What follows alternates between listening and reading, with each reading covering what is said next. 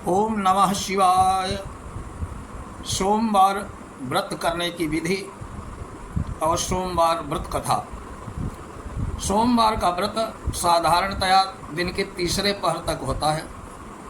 व्रत में फलाहार या पारायण का कोई खास नियम नहीं है, किंतु आवश्यक है कि दिन में रात में केवल एक समय भोजन करे, 24 घंटे में केवल एक बार भोजन करे। सोमवार के व्रत में शिव जी की पार्वती सहित पूजन करना चाहिए। सोमवार के व्रत भी 3 प्रकार के होते हैं। साधारण प्रति सोमवार को जो किया जाए, सौम्य प्रदोष और 16 सोमवार विधि। तीनों की विधि व्रत की एक जैसी है। शिव पूजन के पश्चात कथा सुननी चाहिए। प्रदोष व्रत 16 सोमवार कथा और सामान्य सोमवार व्रत कथा। कथाएं तीनों अलग अलग हैं जो आगे बताएंगे। आज के वीडियो में केवल सोमवार व्रत कथा है। अगले वीडियो में सौम्य प्रदोष व्रत और 16 सोमवार व्रत कथा होगी। एक समय बहुत धनवान साहूकार था, जिसके घर धन आदि किसी प्रकार की कोई कमी नहीं थी, परंतु उसका दुख था कि उसके कोई पुत्र नहीं था। वो इसी चिंता में रात दिन रहता था। वो पुत्र की कामना के लिए प्रति सोमवार को शिव जी का व्रत और पूजन किया करता था। सायंकाल को शिव जी के मंदिर में जाकर शिव जी के शिव विग्रह के सामने दीपक जलाया करता था। उसके इस भक्ति भाव को देखकर एक समय माता पार्वती जी ने शिव जी महाराज से कहा कि महाराज, ये साहूकार आपका अनन्य भक्त है, सदैव आपका व्रत और पूजन बड़ी श्रद्धा से करता है, इसकी मनोकामना पूर्ण करिए। शिव जी ने कहा, है पार्वती, ये संसार कर्म क्षेत्र है। जैसे किसान खेत में जैसा बीज बोता है वैसा ही फल काटता है, उसी तरह इस संसार में जैसा कर्म करते हैं मनुष्य वैसा ही फल भोगते हैं। पार्वती जी ने अत्यंत आग्रह से कहा कि महाराज, जब ये आपका अनन्य भक्त है, इसको अगर किसी प्रकार का कोई दुख है तो इसको अवश्य दूर करना चाहिए, क्योंकि आप सदैव अपने भक्तों पर दयालु हैं। आप आशुतोष हैं, उनके दुखों को दूर करते हैं। यदि आप ऐसा नहीं करेंगे तो मनुष्य आपकी सेवा और व्रत क्यों करेंगे।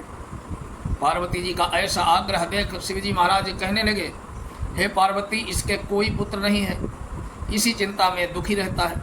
इसके भाग्य में पुत्र न होने पर भी मैं इसको पुत्र की प्राप्ति का वर देता हूँ, परंतु यह पुत्र केवल 12 वर्ष तक जीवित रहेगा। इसके पश्चात वो मृत्यु को प्राप्त हो जाएगा। इससे अधिक मैं और कुछ इसके लिए नहीं कर सकता। ये सब बातें साहूकार सुन रहा था। इससे उसके न कुछ प्रसन्नता हुई और न ही कुछ दुख हुआ। वो पहले जैसा ही शिव जी महाराज का व्रत और पूजन करता रहा। कुछ काल व्यतीत हो जाने पर साहूकार की स्त्री गर्भवती हुई। 10वें महीने उसके गर्भ से अति सुंदर पुत्र की प्राप्ति हुई। साहूकार के घर में खुशी मनाई गई, परंतु साहूकार ने उसकी 12 वर्ष की आयु जानकर कोई अधिक प्रसन्नता प्रकट नहीं की, न ही किसी को यह भेद बताया।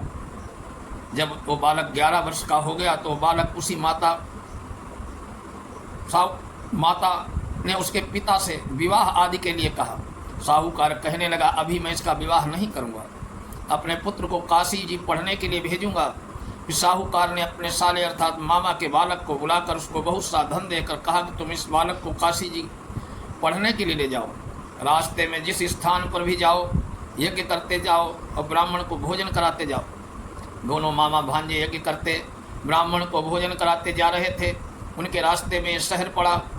उस शहर में राजा की कन्या का विवाह था। दूसरे राजा का लड़का जो विवाह करने के लिए बारात लेकर आया था, वो एक आँख से काना था। उसके पिता को इस बात की बड़ी चिंता थी कि कहीं वर को देख कन्या के माता पिता विवाह में किसी प्रकार की अड़चन न पैदा कर दे। इस कारण जब उसने अति सुंदर सेठ के लड़के को देखा तो मन में विचार किया कि क्यों न दरवाजे के समय इस लड़के से वर का काम चला लिया जाए। ऐसा विचार कर वर के पिता ने उस लड़के के मामा से बात किया। वे राजी हो गए।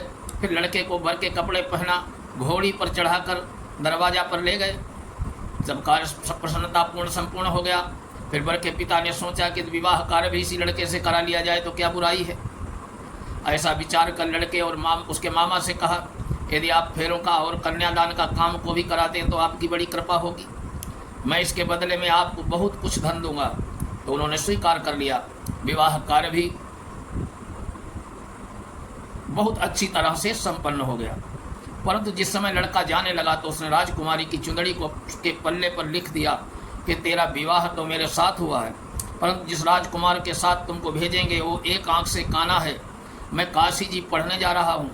लड़के के जाने के पश्चात राजकुमारी ने जब अपनी चुंदड़ी से ऐसा लिखा हुआ पाया तो उसने राजकुमार के साथ जाने से मना कर दिया। कहा कि मेरा पति ये नहीं है, मेरा विवाह इसके साथ नहीं हुआ है, वो तो काशी जी पढ़ने गया है। राजकुमारी के माता पिता ने अपनी कन्या को विदा नहीं किया, बारात वापस चली गई। उधर सेठ का लड़का उसका मामा काशी जी पहुँच गए। वहाँ जाकर उन्होंने यज्ञ करना और लड़के ने पढ़ना शुरू किया। लड़के की आयु 12 साल की हो गई। उस दिन उन्होंने यज्ञ रखा था कि लड़के ने अपने मामा ने कहा मामा जी आज मेरी तबीयत कुछ ठीक नहीं है। मामा ने कहा अंदर जाकर सो जाओ। लड़का अंदर जाकर सो गया। थोड़ी देर में उसके प्राण निकल गए। जब उसके मामा ने आकर देखा तो मुर्दा पड़ा है। उसको बहुत बड़ा दुख हुआ। उसने सोचा कि अगर मैं अभी रोना पीटना मचा दूंगा तो यज्ञ कार्य अधूरा रह जाएगा। अतः उसने जल्दी से यज्ञ का कार्य समाप्त कर ब्राह्मणों को जाने के बाद रोना पीटना आरंभ कर दिया।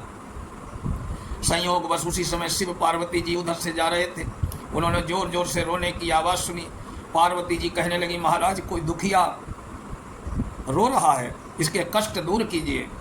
शिव जी पार्वती के जाकर देखे तो वहाँ एक लड़का मुर्दा पड़ा था। पार्वती जी कहने लगी महाराज ये तो उसी सेठ का लड़का है जो आपके वरदान से पैदा हुआ था। शिव जी कहने लगे हे पार्वती इसकी आयु इतनी ही थी सो ये भोग चुका।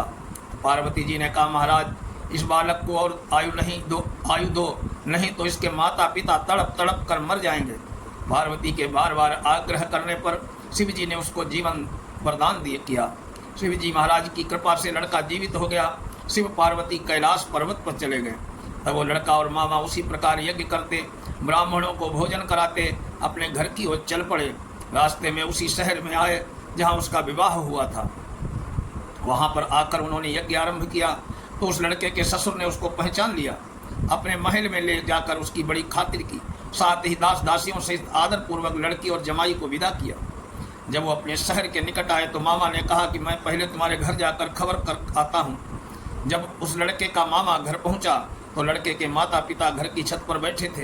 ये प्रण कर रखा था कि यदि हमारा पुत्र सकुशल लौट आया तो हम राजी खुशी नीचे आ जाएंगे, नहीं तो छत से गिरकर अपने प्राण खो देंगे। इतने में उस लड़के के मामा ने आकर समाचार दिया कि आपका पुत्र आ गया है। तो उसको विश्वास नहीं आया। तब उसके मामा ने शपथ पूर्वक कहा कि आपका पुत्र अपनी स्त्री के साथ बहुत सारा धन लेकर आया है। तो सेठ ने आनंद के साथ उसका स्वागत किया, बड़ी प्रसन्नता के साथ रहने लगे। इसी प्रकार से जो कोई भी सोमवार के व्रत को धारण करता है अथवा इस कथा को पढ़ता या सुनता है उसकी समस्त मनोकामनाएं पूर्ण होती हैं। भोले शंकर भगवान की जय। अब सोमवार की आरती शिव जी की रही होती है। आरती करत जनक कर जोर, बड़े भाग्य राम जी घर आए मोरे। जीत स्वयंवर धनुष चढ़ाए, सब भूपन के गर्व मिटाए। तोरि पिनाक किए दुई खंडा, रस रघुकुल हर्ष रावण मन शंका। आई है लिए संग सहेली, हर्ष निरख वरमाला मेली। गजमतियन के चौक पुराए, कनक कलश भरी मंगल गाये। कंचन थार कपूर लुभाती, सिया राम सहित रघुवीर विराजे। धनि धनि राम लखन दो भाई, धनि धनि दशरथ कौशल्या माई। राजा दशरथ जनक विदेही, भरत शत्रुघ्न परम स्नेही। मिथिलापुर में बाजत बधाई, दास कमल स्वामी आरती गाई। बोले शंकर भगवान की जय हो।